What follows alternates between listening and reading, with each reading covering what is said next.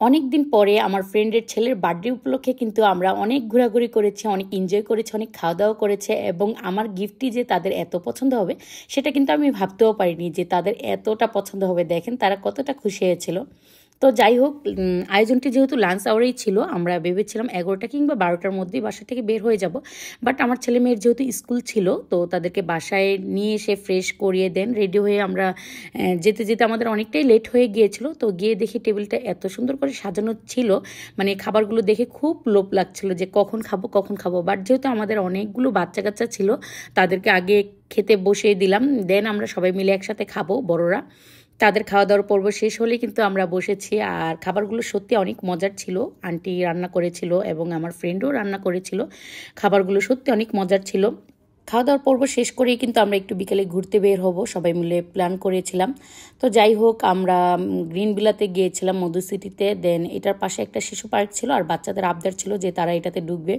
তাদের কথা মতো আমরা এটাতে ঢুকলাম। এটাতে ঢুকতে কিন্তু কোনো প্রবেশ মূল্য কোনো কিছুই লাগে না, এটাতে আপনারা ফ্রিতেই ঢুকতে পারবেন। আর এখানে যে রাইডগুলো ছিল এগুলো সবগুলোই 50 থেকে 100 টাকা করে আর কি মূল্য ছিল। তো আমরা ভেবেছিলাম আমাদের বাচ্চাদেরকে সবাইকে একটা রাইডে উঠাবো, সবাই মিলে অনেক এনজয় করবে। বাট তাদের পছন্দ ছিল না, তারা মানে সবাই বলছিল যে আলাদা আলাদা করে রাইডে চড়বে। তো তাদেরকে চড়িয়েছিলাম আর আমরা কিন্তু দোলনাতেও উঠেছিলাম। দেন এখানে ওঠার কথা ছিল, যেহেতু লেট হয়ে গিয়েছিল যার জন্য উঠা হয়নি। আমরা আবার বাসায় ফিরে আবার কেক কাটিং করে আবার আমাদের যার যার বাসায় ফিরতে হবে। তো আমরা তাড়াতাড়ি বাসায় ফিরে এসেছি আর এসে কিন্তু আমরা কেকটা কাটিং করছি, এখানে দেখতেই পাচ্ছেন। আর আমি সবসময় কিন্তু আমার এই ফ্রেন্ডের কাছ থেকে কিন্তু কেক নিয়ে থাকি, তার হাতের কেক আমার অনেক বেশি পছন্দ, এটা আমি সবসময় বলে থাকি। আমি কেক তেমন একটা পছন্দ করি না, বাট তার হাতের কেক হলে কখনোই না করি না। আর তারা মা ছেলে এখানে অনেক সুন্দর করে কেকটা কাটছে আর কি।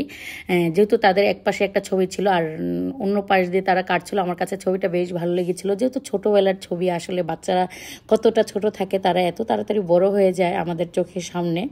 তো যাই হোক, দুজন দুজনকে খাইয়ে দিচ্ছিল আর কি, এই তো আদর ভালোবাসা। আমি একটু খাইয়ে দিচ্ছিলাম বাবাটাকে, দেন আমরা একটু চা খাই সন্ধ্যার পরে কেকটা কাটিং করে। তারপরে হচ্ছে গিফট আনবক্সিং, বাবাটা বলছিল যে আমাদের সামনেই গিফটগুলো খুলবে।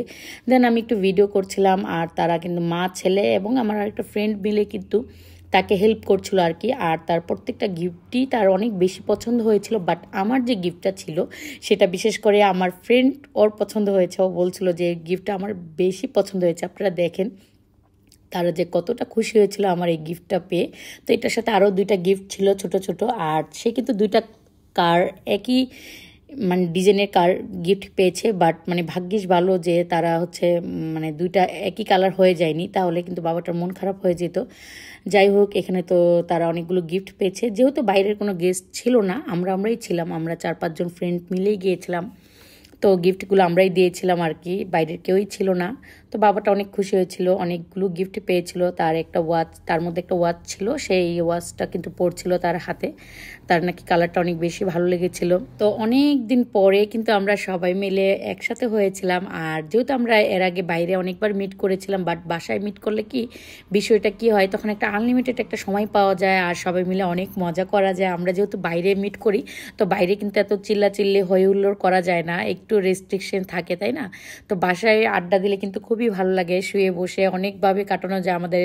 আমরা কিন্তু শুয়ে বসে অনেক ছবি তুলেছি, সেগুলো কিন্তু আমরা শেয়ার দিলাম না। তো যাই হোক, এখানে কিন্তু আমরা নাচ গানও করেছিলাম, অনেক মজা করেছিলাম আমরা সারাটা দিন। তো থ্যাংক ইউ তোকে মিথিলা।